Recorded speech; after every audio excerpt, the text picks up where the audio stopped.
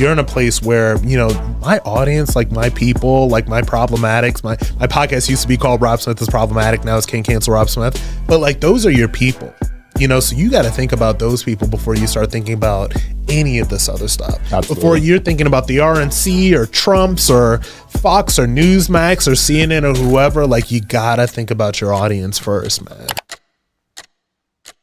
All right, guys, Rob Smith here. We finally made it happen. Made it happen, brother. Made it happen. I'm here in Vegas. Let's go. Important timing right before the election. Oh, man. Election is 32 days, man. 32 days is going to decide the future of this country. A month away, and we just came off a good debate last night, it looked like. Yeah, man. So the, you know, I get into this on my podcast, Can't Cancel Rob Smith. The debate was very interesting because I think that when you look at JD Vance, when you look at Tim Walz, you know, people act like the VP debate isn't important, but it is important, right? Because this is literally second in command. Like, either one of these men could become the president of the United States should something happen to the president. And I think that JD Vance had a really, really tough job. Number one, I think that the mainstream media is always, you know, more than a little biased, you know, against Republicans, against conservatives. So JD Vance had to battle that. He had to introduce himself to people that may not know or have any idea who he is. And he also has to project competence and authority. I thought it was a beautiful performance. I literally thought it was magnificent. And for me, even though, like, you know, I'm a Trump guy, like I'm fully supportive of Donald Trump, I'm fully voting for Donald Trump. Like, I think that people that are on my side of the aisle, and I know that a lot of people aren't, like I have listeners that are independents, that are libs, that are conservatives, and some that are even to the right of me, you know, on the conservative side. But I think that a lot of people need to feel comfortable with the fact that the next vice president could potentially be the president. And then also that JD Vance could possibly be the one to lead this country into hopefully a new, more prosperous era, even in 2028. So I think that JD Vance did a great job. I can see why Trump picked him now. I was a bit skeptical at first. I'm not gonna lie. You were. I was. You know, a lot of people were. And I think that I think that with a lot of people, first of all, with the nuts and bolts of things is that, you know, JD Vance is somebody that was in venture capital, somebody that didn't have the traditional politician background, even though he's currently a senator from Ohio. And I think a lot of people didn't know this person, like, who was he? And also he was super critical of Trump, you know, in his earlier, you know, political years. But again, like, I'm somebody that did not vote for Trump in 2016. I did not vote at all in 2016. I didn't feel like Hillary had deserved my vote, or Trump did at that moment in time. But there are people who were staunchly anti-Trump. There were people that had a lot of issues with Trump, that came over to that side. And I think that JD Vance has been very great at articulating his political evolution. And so from never Trump to Trump's VP candidate is quite the trajectory. Absolutely. You know? So when did your support for Trump come? Was that 2020? So it was more around 2018. So a lot of your listeners, man, I know who I am. So, you know, Rob Smith, I kind of got famous around the 2018 era for being a non-traditional Republican conservative, right? Because I'm this black gay dude that in 2018 came out for Trump. And how I came to this is I'm somebody that has a very traditional mainstream media background, right?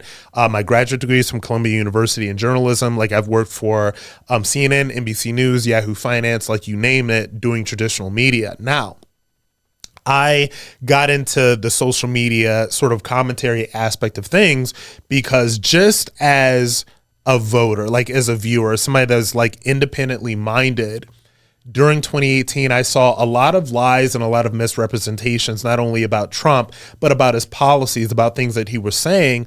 And I was seeing these things come from sources that I trusted. I was seeing these things coming from ABC News and NBC News and all of these sources that I trusted to give me the news straight. And I hopped on Twitter. I'm on Twitter at Rob Smith Online. And I just started calling this stuff out. So once the dam broke, you know, in terms of like my trust of the mainstream media, then I started looking at Trump in a different lens than I had before. At that point in time, I linked up with Turning Point USA, an incredible organization that mobilizes conservative youth all across the country. And that's when I kind of got absorbed into what we'll call Trump world. Right. You know, being on the campaign trail for him in 2020, meeting him multiple times, meeting members of the family multiple times, and starting to get to know not only who he is as a leader, but also having interpersonal reaction about who he is as a person. And the same way with the family members. And so when you will see these sort of liberal activists saying that, you know, he doesn't like black people, or these people are you know, racist or sexist or homophobic or whatever it is that they call people that are just, you know, guilty of not being liberals. Yeah. I knew that these things weren't true. You saw through it. I saw through it, man. I saw through it.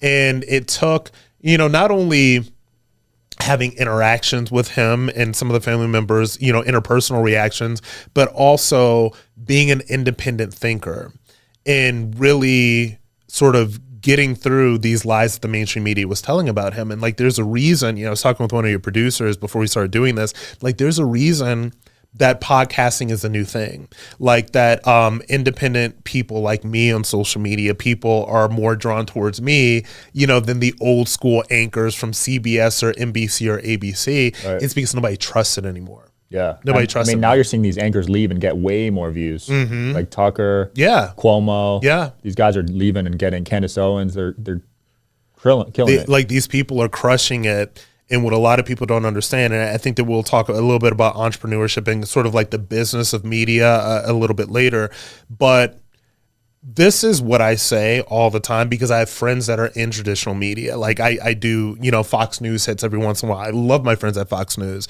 I have friends that are paid contributors to Fox News. Like that's great for them. But what I will say is this, we are entering into an era in which if you don't have a social media following, like if you don't have people that are following you and know who you are outside of that mainstream traditional media sort of infrastructure, then that could end tomorrow. And then where are you? You know? So it's always been important for me to be everywhere, like to do the mainstream media, and I have nothing against it. But to also, you know, do podcasting. Like I just joined TikTok, you know, a couple of months ago, 6 months ago, TikTok at Can't Cancel Rob Smith, and, you know, got up to like 140,000 followers there. And the social media space is a space to be more authentic and less of a robot than the mainstream media space. Did you pick that podcast name because you got canceled?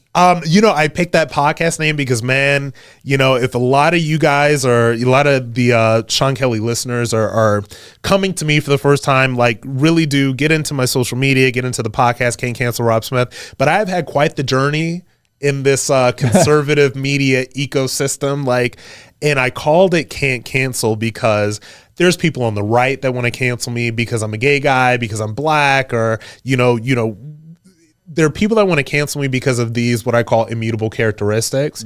There are people on the left that want to cancel me because since I am gay and black, then I'm supposed to, you know, toe the liberal line, right? So I kind of get it from all over, and I've kind of started to own it and make it a part of my brand. So that's why I call it Can't Cancel Rob Smith, because literally on the right or on the left, you cannot cancel me. I love that, man. I will remain. I love that. Yeah. So were you liberal growing up? Oh, yeah, man. Yeah. And, you know, I don't know how liberal, like, you know, I grew up in Akron, Ohio. You know, single parent family, went into the military at 17 years old. And as a, you know, black working class person growing up, like we tend to be towards the libs, right? We tend to be more democratic. And I think that it's something that I didn't even really think of. I think it's something that just always was. And I didn't start coming over to the conservative side until, like I said, about 6-7 years ago, when I started, you know, doing my research and started really thinking more. And it actually happened even before I got quote unquote famous. It happened around 2014. I read, you know, illegal immigration is a hot button issue. We don't have to go into all of that. If you listen to my podcast, I go into more explicitly political stuff there. But I read a book by Ann Coulter called Adios America, which was all about illegal immigration. And she really, as a journalist, she really broke it all down. And when I first met Ann at the, I think in the green room of Fox News, I told her, like, you red pilled me, right? So I read that in about 2014, 2015, and that kind of started my red pill journey. You know, I started off, I was very liberal leaning. I was like, oh, why don't I read this book? Took me on that journey to becoming more red pilled and more conservative leaning. But at the same time, I don't fit into any of these boxes. I think that sometimes as a people, as Americans, as world citizens nowadays, we like to put ourselves in these boxes. I am a Trump voter, so I am this. I am a Kamala Harris voter, so I am this. I am Republican, so I am this. I am Democrat, so I am this. And none of us fit into any of these boxes completely. You know, they're really tiny boxes that we want to put ourselves in. And so I will call myself a Republican till the end of time. I will call myself a Trump voter. It's whatever, but I still don't fit into that box of the stereotype that people want to create for conservatives. Right, because there's people that agree with every single thing that their politician is saying. Absolutely. And I think that if you're a thinking person, you're not agreeing with every single thing that your preferred politician is saying or doing. I think that the most that we can all hope for is a little bit of compromise, right? You know, and there are some of my conservative friends, and you know, I love and respect them, and there are things that they will not compromise on ever, and I understand that and I get that, but like I'm not that guy, and I don't think that I attract people in terms of if they're listening to Can't Cancel Rob Smith or if they're following me on Instagram or on any of the socials. I don't think that I attract people that are looking for that guy. I honestly don't even think that you would be very interested, you know, in my perspective, if I was that guy. And I don't think any of your listeners would be either. Yeah, because then you're not forming your own opinions. It's man. You're not forming your own opinions. And from what I see in terms of, you know, this sort of like conservative ecosphere that's happening right now, I think that when you start talking about different things, when you start talking about health and wellness, which I like to talk about, like when you start talking about physical fitness, as I'm on sort of like this constant journey to try to maintain some kind of shape, right? As you talk about entrepreneurship, as I'm learning what is the business of podcasting? What is the business of being a digital media entrepreneur? What is the business of all of this stuff? Mm-hmm. And in my journey, like the politics are great and I believe in that stuff and I'll always stand on that stuff. But, you know, I've learned a lot about myself as an entrepreneur, you know, during this journey. I've learned that, you know, I'm actually a businessman that's actually really good at making money, you know, and that's a part of all this. Yeah. And we'll dive into that. I want to dive into the health stuff first because you used to be fat. Oh, man, I was a fat kid. I was a fat boy. Not a PC thing to say, but I grew up heavy, man. How heavy? And you know, it was you know, I don't even know if I can put the numbers on it. The only number that I can give you is I can tell you, what is it, 2024. I can tell you that about 2008, 2009, I was about 245 pounds. If you go to my Instagram at Rob Smith Online, I share some like before and after photos because like I've been much heavier than what I am right now, but I've also been like much leaner. So it's a process. And I got to tell you, when I was heavier, what I can really point to is just a lack of knowledge about food, a lack of knowledge about the things that I should be eating, how much of it I should be eating, and what I should be doing in order to maintain shape. So when I was younger, and I was always a little bit different, right? I was always kind of like the smart kid, the dorky kid. You know, when you're a black kid going to high school, you know, in Akron, Ohio, and everybody's playing sports, and like maybe you're in the books, maybe you're into different things. I had turned to food for comfort, for emotion. And I think that a lot of people do. And I do like a little bit of fitness consulting on the side. And the first thing that I tell people is you have to take your emotions out of food. Like think about food as fuel and think about what fuel is going to get me where I need to go. So when I was a lot heavier, there was a lot of food as comfort food. You know, it's chips, it's pizza, it's junk. And I still to this day, you know, fall prey to that sometimes. But there is a knowledge, even when I am sort of taking comfort in food, sometimes there's a knowledge of what I should be eating and what I shouldn't be eating. And I think that with the obesity issue that we have in this country, a lot of people literally just do not know what they should and shouldn't be eating. I will tell you, you know, as you know, a black man, I come from a long lineage of, you know, we got the soul food, right? We got the fried chicken, we got the mac and cheese, you know, we got the sweet potato pie. We have all of that stuff that is not doing us any favors health-wise. So I had to learn, what oils to use. I had to learn about vegetables. I had to learn about proteins. I had to learn about protein intake. And what I tell people when we have this conversation about physical fitness is like, you can look at me. Obviously, I go to the gym. Obviously, I lift. Obviously, I do all that stuff. But all of this stuff starts in the kitchen. Yeah. And what I always do to get myself back together, which I'm going to start another one of in a couple of days, because I think I'm a little heavier than I'd like to be right now. Although I think I don't think I'm scaring any kids right now, but I could be more ripped. I always like to do a Whole30. And a Whole30 is just 30 days of completely clean eating, like no booze, no processed foods. You're eating lean meats, fruits, and vegetables. And that will start changing your body. You will lose what you need to lose, but you will also kind of reformulate your relationship with food. Now, you're like 10 feet tall. Yeah, I'm 6'6". I don't think, you don't have these issues. But look, I'm a 5'10" dude, and 10 extra pounds on me, you start looking a little wide, especially when you work on camera, especially when sort of digital video is your life. I feel that.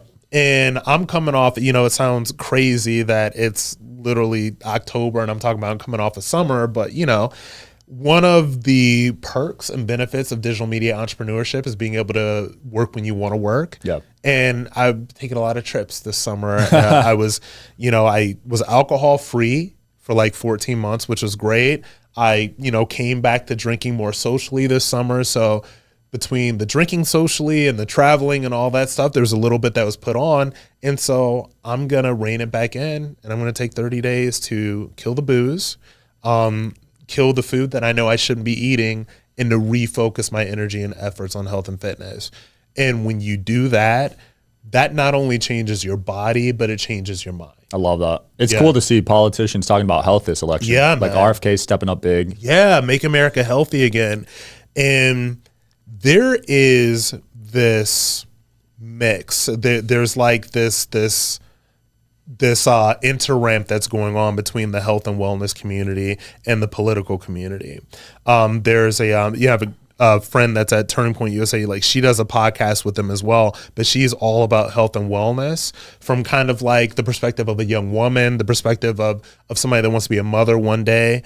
And you find a lot of people that will be kind of drawn into a different way of thinking. Mm-hmm. And you're not going to get everybody by screaming at them about politics all the time. You wouldn't be as big as you are if you were just like all about politics like all the time. Yeah. You have to bring people in different ways. And the RFK thing and how he's building coalitions that are about, hey, I was this Democrat, I ran for president, it didn't work out, but you know what? I think Trump is going to win, and I want to be an asset to him when we start talking about health and wellness. Mm-hmm. I think that that's crucial. Absolutely. And it's relating with a lot of people because everyone knows someone in their family that's dealing with some health stuff. Yeah.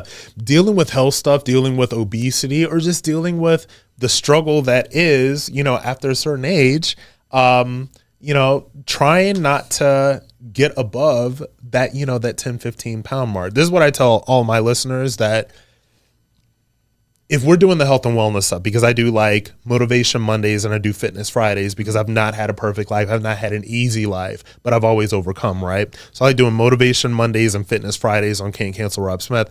And with the fitness, what I always tell people is like, wherever you are in your fitness journey, like when you get to where you want to be, know what your goal weight is for you.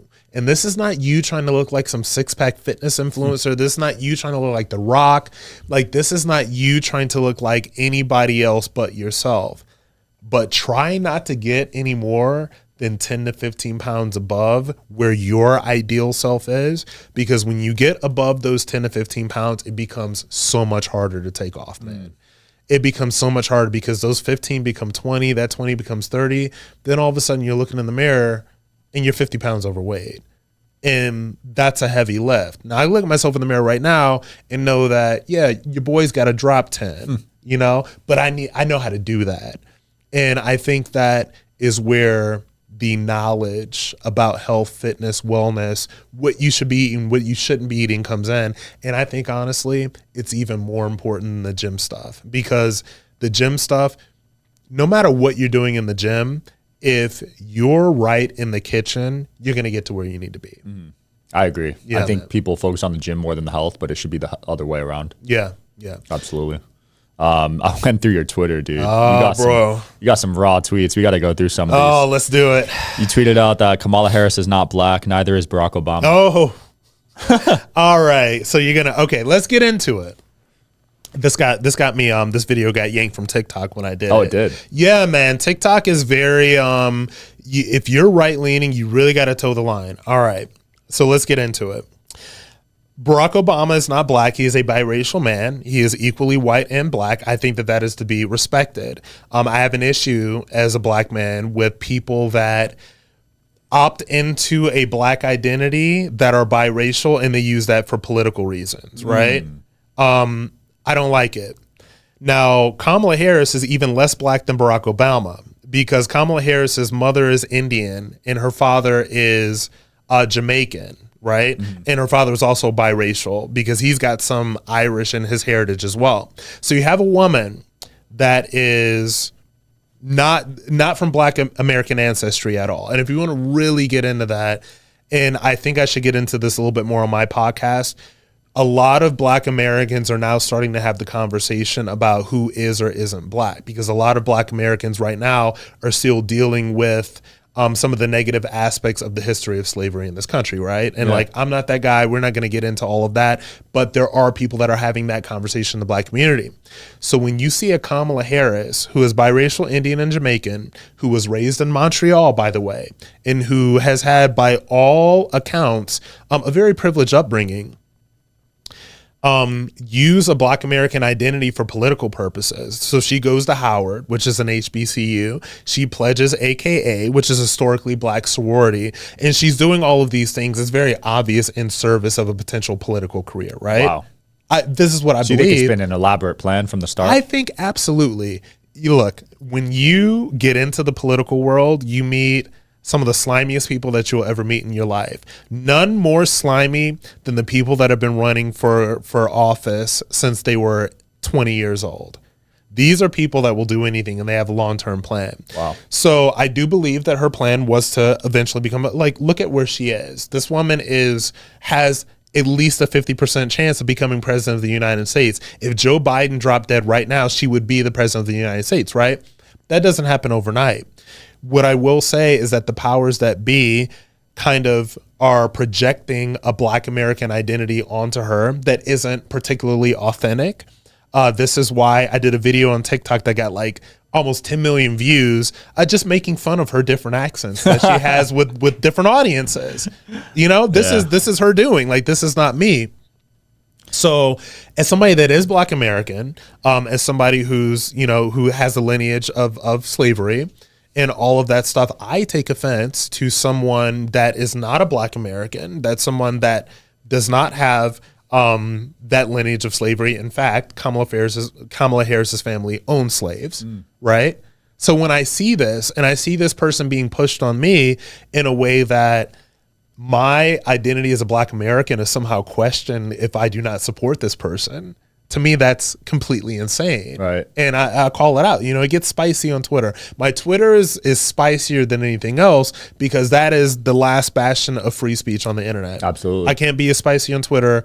I can't be as spicy on TikTok, Insta, like any of the other platforms as I can be on Twitter. TikTok banned me for my Tulsi Gabbard interview. Really? Yeah. Did they brought you back on, right? They brought me back. Yeah. But yeah. Just it didn't even get many views, but I think they have AI that flags the face. Yes. So she's got to be on some list there. She's got to be. And I toe the line. Like, I'm new to TikTok. I'm not verified yet. Like, I'm trying to get verified right now. And I really toe the line. Like, I don't go that hard on TikTok. I keep it very sort of like casually center right there. Yeah.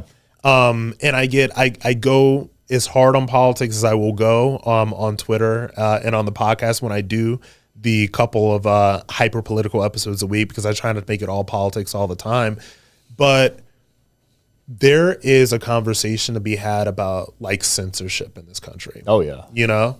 And I think that Elon opened up the conversation when he bought X, because I've been on X, Twitter, whatever you want to call it, for years now. And I remember even in the 2019, 2020 era as a conservative, had done all this national media stuff, had gotten all this press, could not get verified to save my life on Twitter. Wow. My tweets were going absolutely nowhere. And I like backed off of Twitter for a really long time because it was like, well, if I'm going to be this suppressed, why should I even be here? So I backed off of Twitter and I focused on, other things. But I personally think that all of these social media platforms should be broken up because the founding fathers that have our, that created our First Amendment, the right to free speech, the most fundamental right that we have as Americans, they did not know that, some shadowy people that nobody ever elected or nobody ever chose could be in that much of a position of power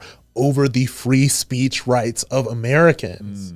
And it's everywhere. It's YouTube, it's Google, it's TikTok, it's pretty much everywhere but X right now. X and Parler and Rumble, let's say. And Parler and Rumble, absolutely, man. Absolutely. Yeah, definitely TikTok. Yeah, Facebook already announced they were doing it, so that's not even... And, as somebody that there's a lot of people that say a lot of stuff online that I don't like about black people, about Jews, about gays, there's a lot of people that say a lot of things that I don't like, but it is their right as Americans to say that. Mm-hmm. And I think that when you hear speech that can be qualified as hate speech, if that's what you want to call it, let the people decide if this is something that they want to hear or not.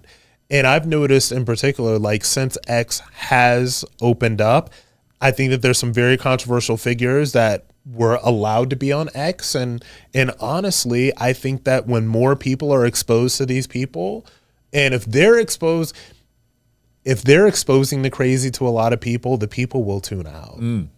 They will make their own decisions, right? But I don't think that it's up to a lot of unelected, shadowy people to make that decision for the American people. Agreed. And that's how I treat the podcast. Yeah, I'll have on Democrats, I'll have on Republicans, doesn't matter, because I'm going to let my audience decide how they feel about it. Exactly. The people will decide, all right? If, I joined TikTok 6 months ago, I can't cancel Rob Smith. It went from 0 to 140 in 6 months, which was crazy, right? And what I tell people about social media is that 90% of social media is just showing up. If people thought I was crazy, if they thought I was a crackpot, if they thought I wasn't entertaining, if they thought that this guy is crazy, then they just wouldn't have consumed the content. 100%. They wouldn't follow me. They wouldn't listen, So you got to let the people decide, man. Yeah. Do you think for the first time ever we'll see the black vote go Republican this election? No. No? No, I don't. Oh, wow. And that's my actual thought about this. And, look, I don't, I'm a Republican. I don't work for any conservative organizations. I don't work for the RNC, anything like that. I think the honest truth about the black vote is that it will continue to go 90% for Democrats. Because what I think that people don't understand about the black community is that voting for Democrats and liberalism is so deeply entrenched in that community. I don't think it's going anywhere. I think that what will happen is less black people will start showing up for Democrats. And the reality of the situation, and this is a non-politician answer, the reality of the situation is that when blacks just stop showing up for Democrats, that is when Republicans win. Because you will have a lot of African Americans, you have a lot of black people in this country that know that the Democrats are wrong, that know that Democrats are taking them for granted, that know that Democrats are making moves in making this country, the border of this country, less secure, which brings in an influx of illegal immigrants, which, by the way, go straight to black American communities and overwhelm those resources, overwhelm those schools, overwhelm those public resources. Black people realize that. And I think that they will stop showing up for Democrats. But then again, at the same time, these black people will never vote for Republicans. These black people will never vote for Trump. They will never vote for JD Vance because the Republican brand and the brand of Trump and the brand of anybody that has an R next to their name has been so tarnished in the eyes of black people that they will step back from the process. And they will say, I will never vote for Donald Trump. But if he wins, it's whatever. I remember what my life was like, and this is just the minds of the average American, right? the average Black American, the average American in general, right? But we'll just say Black American because you asked me about Black people. Yeah. The average Black American can truly think back to their life between 2016 and 2020, and they know that it was better. They know that gas was cheaper.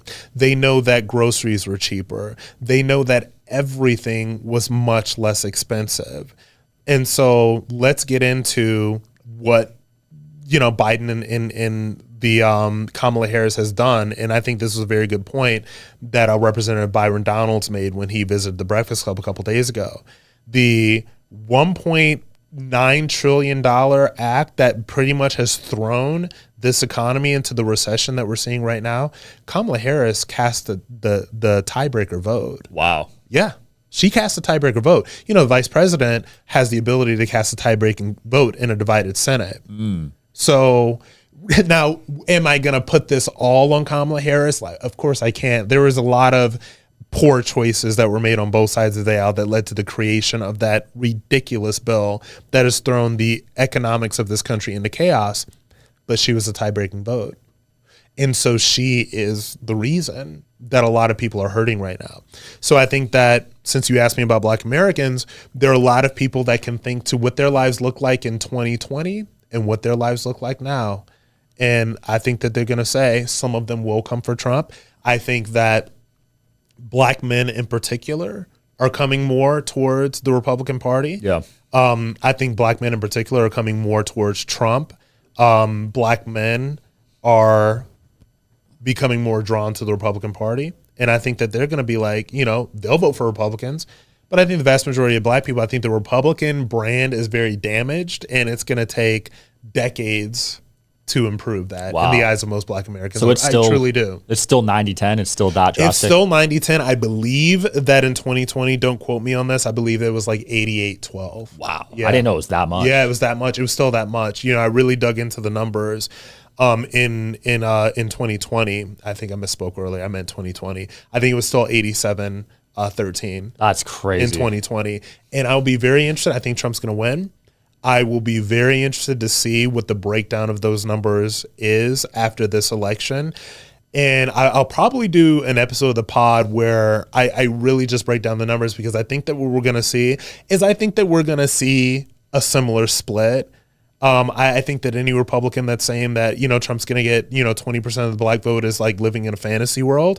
But I would be very interested to see how that breaks down between Black men and Black women, because I think that Black men are trending towards the Republican Party and towards Republicans in general. I had Terrence Williams on yesterday. CJ Pearson's coming on. Yeah. So I do see that trend. But Black women, I can't think of many that support him. No. And you know what? The Black women vote, I think is very interesting. And I always bring up Ron DeSantis in Florida. Now, a lot of people don't realize, because Ron DeSantis is so deeply popular in Florida, and he's a great governor for Florida, that he won his first election by the skin of his teeth.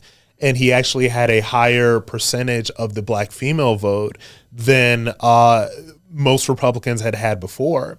And I know for a fact that they pushed school choice very hard in Florida at that point in time. And I think that was what flipped the sort of the Black female vote, because you're talking about the moms. And you're talking about the moms that want the best for their children. And I think that if you want to talk about where Republicans can really make inroads among Black women, because I think that you appeal to Black men by talking about, meat and potatoes, entrepreneurship, capitalism, secure the border. But since I don't think that it's not PC to say that women are more emotional than men, like we are, we're different. Women and men are different. And I think that an emotional school choice appeal that's specifically directed to Black women about how school choice can positively impact the lives of their children, I think that's a really good way to bring some women over to the Republican side, Black women. I think parents are waking up to the school stuff too. Oh my God. You know what I mean? Man, you're talking to somebody that went to a high school that was literally rated, I think, D or F by the Ohio Board of Education. I don't say the name of my high school publicly because I don't want to put them out like that. But we could do a whole another 2 hours on the public school system, how it trains kids to be robots and zombies. I think that with male children in particular, no matter what the color is, I think that it sort of trains them to be, to sit still. Like, it trains them to be just like a little bit more docile than young boys are. And I think that there's so many issues with that. Like, I want to be a father one day. I would never put my children in the public school system. No shot. Ever. Like, not in a million years. No shot. way. I got bullied. I was in a fear-based state because worrying about grades. And I learned nothing. Yeah. A fear-based state, and you were a child, you were bullied in high school. I was bullied as well. Like when you're the black kid who, I think that I was kind of gay coded in high school. Yeah. I didn't really know what my sexuality was like at that point. But I think it was gay coded in high school. I was definitely like more sort of intellectual, more bookish. My athleticism, which is actually crazy that I didn't discover my natural athleticism until I was like literally in my 30s. Whoa, that's late. Yeah, I was late bloomer athletically because it just was never really brought out of me in high school. And I think that there was also a mentality in my mind, and also, again, single mother household, right? Yeah. Like, I think that, a male and female influence is definitely needed, for young kids, especially male children, right? But, that fear-based state is very interesting because you are in a fear-based state when you're in the public school system. Don't take risks. Study for the test. Know this, know that. And then be a good little cog to go into the machine so that you can sit at a desk for the rest of your life and work for somebody else. Yep. And they just polled a bunch of college students. This came out last week. I think 86% of them say they regretted paying all that money for college. Yeah. I mean, I was blessed enough. I had military service. I joined the military right out of high school, did a tour in Iraq, did all that stuff. I was blessed enough to have the GI Bill. Yeah. Which took care of a big chunk of my undergrad. I think I had something like $40,000 in student loan for undergrad. I don't regret that. Syracuse was a great experience. But I was blessed enough to have a military program that paid for my graduate degree from Columbia for broadcast journalism. It's a $150,000 degree. And I tell a lot of people that are interested in sort of the journalism media industry, the worst thing you can do for yourself is to shell out $150,000 for a journalism program. I will give you a story about that. So granted, like I said, the military program paid for my degree, so I didn't have to shell out for Columbia. So I've got this big, flashy Columbia University master's degree in journalism, the top journalism school in the world. They make you think that that is just going to be your entree into the entire media industry, and it just wasn't for me. I struggled. I got my first job after graduate school at Columbia University by learning Final Cut Pro on YouTube. I love it. And working for a digital media, sort of like Chop Shop. We did entertainment-oriented videos and all that other stuff. I got that job because I learned Final Cut Pro on YouTube. And I tell everybody, if you're interested in, being a commentator, journalism, media, whatever, just go do it. Go podcast, start a TikTok, get on Twitter. All of these tools are available to you. Like that phone right there can literally, the phone changed my life because I just started. I worked in mainstream media for years, and it was going nowhere. It was going, where it's headed? Where? It was headed towards me maybe getting to the point where I was making, like, maybe I would, after 15 years in the industry, I'd maybe be making like $250, maybe. Wow. As a senior, like, top level producer, right? It's very hard to make it on camera. But let's say I gave up trying to make it on camera and I just went to be producing. It was leading me towards a path where I was like some 45-year-old senior producer at one of the networks making $180,000 to $230,000 a year and getting chopped unceremoniously, and them hiring somebody else that they could pay a third of that to do the same job. Because I've seen it happen to people in that industry. And I said, I got fired from, or laid off, quote unquote, from my last job in traditional media. It was Yahoo News. It was my first, like, that was when I hit six figures for the first time. And everybody thinks like, oh my God, six figures is so great. Like, it was like nothing, right? Because it was taxes and all that. They chopped me via email the week before Thanksgiving. Whoa. That was my last job in traditional media. That was the last time I've ever reported to an office. And that was in 2016 or 2017. I think it was 2017, my last job in an office. And I said, I'm never putting myself in the position again where somebody is going, I was good at that job. I'm never putting myself in a position again where somebody is going to fire me via email the week before Thanksgiving and not think another thought about me. Ruthless. Never again. Ruthless. Because people don't care about you. So you have to build your own. You have to own your own. And you have to know, like, obviously, who am I telling this to? But obviously, like, for the listeners, you have to build your own. You have to own your own. And you have to know the business. When I got famous, quote unquote, in this industry 5 years ago, you know, it was great because there was all this attention. I was getting all this followers and all this other stuff. But I still didn't know the business of this industry. Like, I was still running around cable news sets thinking that mattered. And by the way, not being paid by these networks as well, right? Because unless you're a paid contributor to these networks, you're not getting paid. You're just doing it for the clout or for the press or for whatever. And not knowing the business of YouTube, not knowing the business of podcasting, not knowing that you can make money, you know, via Facebook and via TikTok and all these other things. And so all of that is what I've had to learn, you know, over the past, 5 years.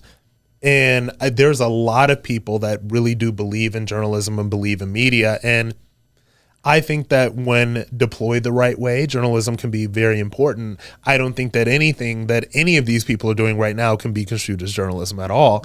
But I tell the people that come to me, I say, start that podcast, start that YouTube channel, get on TikTok, get on Twitter, figure it out and figure out the business of all of this stuff, because we're in an era right now, and it wasn't like this even 5-6 years ago, where I can fully sustain myself via these platforms. Yeah. But you got to know the business. That's where I'm at too. Yeah, man. Yeah, just because you have followers doesn't mean you can make money too. And do you know how many people that have hundreds of thousands of followers on social media are broke? A lot. It's bro, even a millions, lot. I know. What's that? Even people with millions I know that are broke. Because, man, it's very hard to monetize this stuff, and it's very hard to know how to monetize it. And unless you are, lucky enough to, I would say, like, get picked up by a larger network. And I'm kind of like in the space right now where all of my stuff is indie, and I know how to make money from this, right? I know how to budget myself. I know how to sustain myself. I know how to spend on what. I know how to get the sponsors. I know how to make money. But at the same time, like, I'm in the space right now where I have so many different interests that I'm like, okay, I need to like build this up and kind of like get picked up by a larger network. So all of these things, like the content stuff, becomes turnkey. Yeah. And then I can focus on like doing more consulting work, and I can focus on doing more speaking work, and I can focus on doing more books. I can focus on even doing more stuff in the political scene, right? But there's a lot of people that have huge followings and huge platforms that are not making money from these platforms, man. And that's the question I get asked the most, how to get more followers. But that's the wrong mindset. Yeah. You need to be focusing on the content. Bro, the thing about it's really funny, like, oh, how do I get more followers? Like, when I first started, and it's really funny, like 10K is like that number in everybody's head when they first started, right? 10K is the big deal, right? And you think like, if I can just get to 10K, I will just like, I'll be made, like I'll be set. And then that 10K becomes 50, then it becomes 100, then it becomes 30, then it becomes whatever. Fundamentally, if you just keep showing up, the people will come to you. But followers don't mean anything, because let me tell you, there are people with, we'll say, I think I have about 1.4 million followers on all social platforms, right? We're talking Facebook, TikTok, YouTube, Twitter, whatever. There are people that probably have 10% of my following that are out earning me right now because they have a dedicated fan base. Yeah. And they also are selling different things to their listeners. And that's the phase that I'm in right now as an entrepreneur, that I'm shifting into, to where, we talked a lot about the media stuff, and we talked a lot about, the journalism media industry as well. So how can I create a course where I'm like digital media 101? What are all of these things that I've learned that I can put into a $30, $40, $50 course and really sell to people Yep. and really give them something that they can use. Because one of the biggest categories in sales in this whole thing is education. People want to use these social media platforms to learn something. And that's why I started not moving away from the politics, but not that being the only thing that I do. Because if politics is the only thing that you do, then the only thing that you have to sell people is your political content and your videos and your ideas and all that stuff. And like, that's whatever. But you also get to the point where you want to help people. And like, I do a little bit of fitness stuff. I think the fitness space is a little saturated with people that are a lot better at it than me. So I don't focus on that. But what I do focus on is I can teach you how to go from 0 to 10,000 followers. You know what I mean? Mm-hmm. If you're a journalism person, if you're a media person, if you really want to do this, I can teach you how to do that. And so that's my next focus. And that's one of my goals for 2025 with all of this. Because if I know anything about the political space, is that the attention span of most people drops off the day after the election. Like most people stop caring. You know, so you have to have something more to give people. Yeah, I think in November, views are going to be down probably at least 50% on political content. Oh, yeah. And if all you're doing is political content, because I've seen it happen, like I saw it happen last election cycle when I was like hardcore politics, and then it just drops off. Like you have to give people something outside of that. Absolutely. Have you had any conversations with Don Lemon? I have not, man. You have not? I've never, like, I knew Don Lemon back when I was a lib. And I had a couple of interactions with him at different events. He's a bit of a snob. You have to meet him 3 or 4 times before he will acknowledge your existence. Whoa. Oh, yeah. He's a snob. And the Don Lemon thing has been very interesting to see because I do believe Don will be back at CNN at some point within the next couple of years. Absolutely. Absolutely, I will be. Because he is not smart enough to carry his own brand via digital media. He's not smart enough. He needs the team because he doesn't want to be open and honest about who he is, which is pretty center right. Like I think that Don Lemon is a pretty center right guy.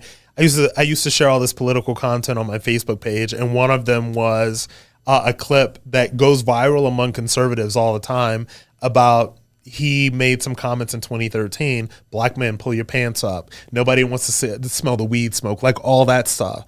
And that went viral. So I think that who Don Lemon truly is a kind of like either an old school lib or kind of like a center right leaning lib.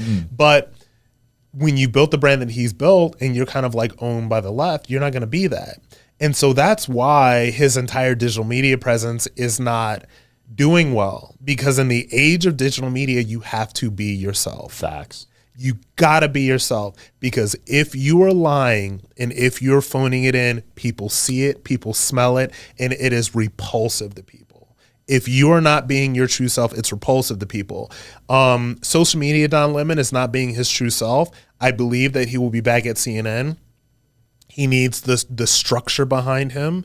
He needs that behind him, and I think that he'll probably, absorb whatever digital media operation that he has built back into CNN. I think that they both need each other. And I think that when you look at CNN, they're so obviously going back to kind of like that Jeff Zucker playbook of being very anti-Trump. Look, I don't want to get too overconfident, but I think everybody kind of knows that Trump is about to be president again. Yeah. And I think that for the mainstream media, a lot of people, particularly CNN, MSNBC or whatever, they're just going to go all in on the Trump hate train because this is what they know how to do. Like, this is what makes them money. All right. And so I think that Don Lemon back at CNN is a win-win for both of them. He got the bag from CNN because I think that why he got shown the door at CNN, I think that was kind of like he got a little railroaded. And I feel the same way about when Megyn Kelly's relationship with NBC ended because of the blackface comment. I think she got railroaded there too. Like, that wasn't fair. So I can be equal enough and say that both of these people got shown the door and got a big bag on the way out, by the way, in ways that were not fair. I think that CNN and Don Lemon are going to make nice again. I think that he will be back there before the midterms. Wow. Absolutely. Like you heard it here first. That is my prediction. Clip that up. And then you got the opposite trajectory with Candace Owens. She is just blowing up. Man, Candace is okay. Like when I look at Candace's path, I'm like, man, she doesn't always, she's controversial. She's going to tell you what she believes, but the trajectory of her career is brilliant because she got the bag from Daily Wire. She was with them for 3 years. From what I hear, that was we'll say multi-million-dollar contract over those 3 years. So she got the bag from Daily Wire, learned the business. Learned the business of podcasting and media, all of this stuff. Completely demolished that bridge. Like that bridge is burnt. Like that bridge is destroyed. In politics, sometimes people can kind of come back together again and all that stuff. Like look at who the vice presidential candidate is right now, right? Candace Owens and Daily Wire, like they're done, right? So from a business perspective, now she's come back. What people don't understand, and you understand this because you independently own your podcast. Now Candace Owens has come back to the tune of a podcast that she completely owns 100% of, by the way. She has learned the business from Daily Wire, got the bag from them, learned the business, and is like now doing her own thing and is killing it.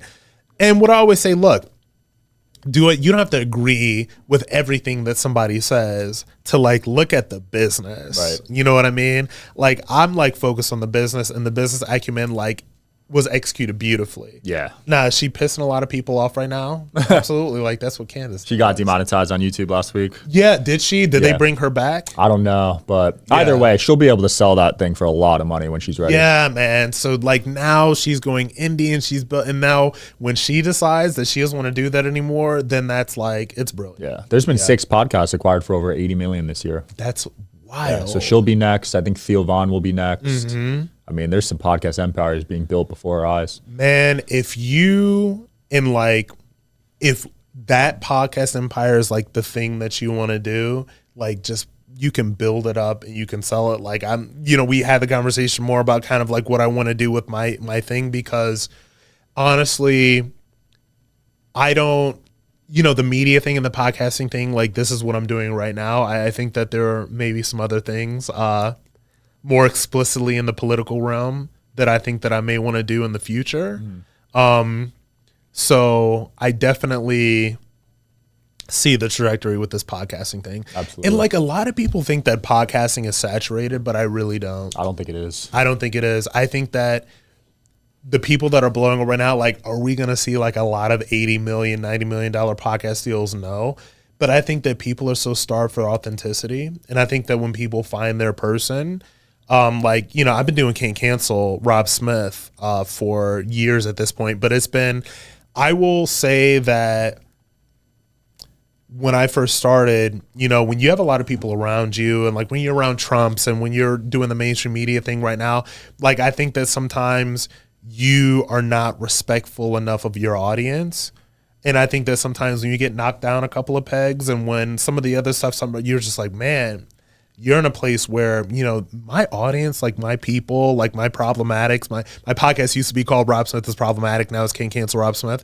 But like, those are your people, so you got to think about those people before you start thinking about any of this other stuff. Absolutely. Before you're thinking about the RNC or Trumps or Fox or Newsmax or CNN or whoever, like you got to think about your audience first, man. Of course. You got to. Rob, it's been a pleasure, man. Where can people find you, find your pod and everything? You can find Can't Cancel Rob Smith on Apple Podcasts, iHeart Podcasts, wherever you get your podcasts. You can find me on on TikTok at Can't Cancel Rob Smith, and on all other social media handles at Rob Smith Online. So Facebook, Instagram, X, and YouTube is at Rob Smith Online. Man, thank you so much for the opportunity. It's been Absolutely, great. man. It's been a pleasure. Check out the links below, guys. All right, man. See you guys next time. Peace.